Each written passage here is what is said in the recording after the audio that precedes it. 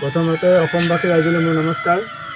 আজি আমি চবে জানো যে আমাৰ অসমৰ যি হীৰাটো আছিলে জুবিন গাৰ্গ, চবে তাক চিনি পায় অসমৰ হীৰা ক'লে। সি আজি আমাৰ মাজত নাই। সি আজি দুৰ্ঘটনাত ছিংগাপুৰত প্ৰাণ হেৰুৱাইছে।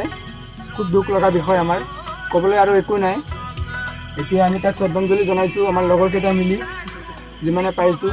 আৰু তাৰ কথা ক'বলৈ গ'লে শেষে নহ'ব, কিয়নো সি এনেকুৱা এজন মানুহ 48টা ভাষাৰো অধিক ভাষা মানে লেংগুৱেজটো ইউজ কৰিছে, 48টাৰো অধিক 40 ইউজ কৰি সি গান গাইছিলে।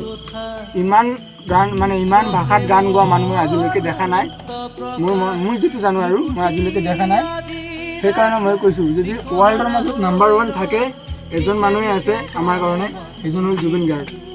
আৰু আমি তাক কেতিয়াও পাহৰিব নোৱাৰোঁ। আমি চাওঁ যে তাৰ মূৰ্তি ভূপেন হাজৰিকা দেৱৰ নিচিনাই হওক। আমাৰ যেতিয়াই দেখোঁ মনত পৰে, কেতিয়াও পাহৰিব নোৱাৰোঁ আমি জুবিন দাক। সেইটোৱে আশা কামনা কৰিলোঁ।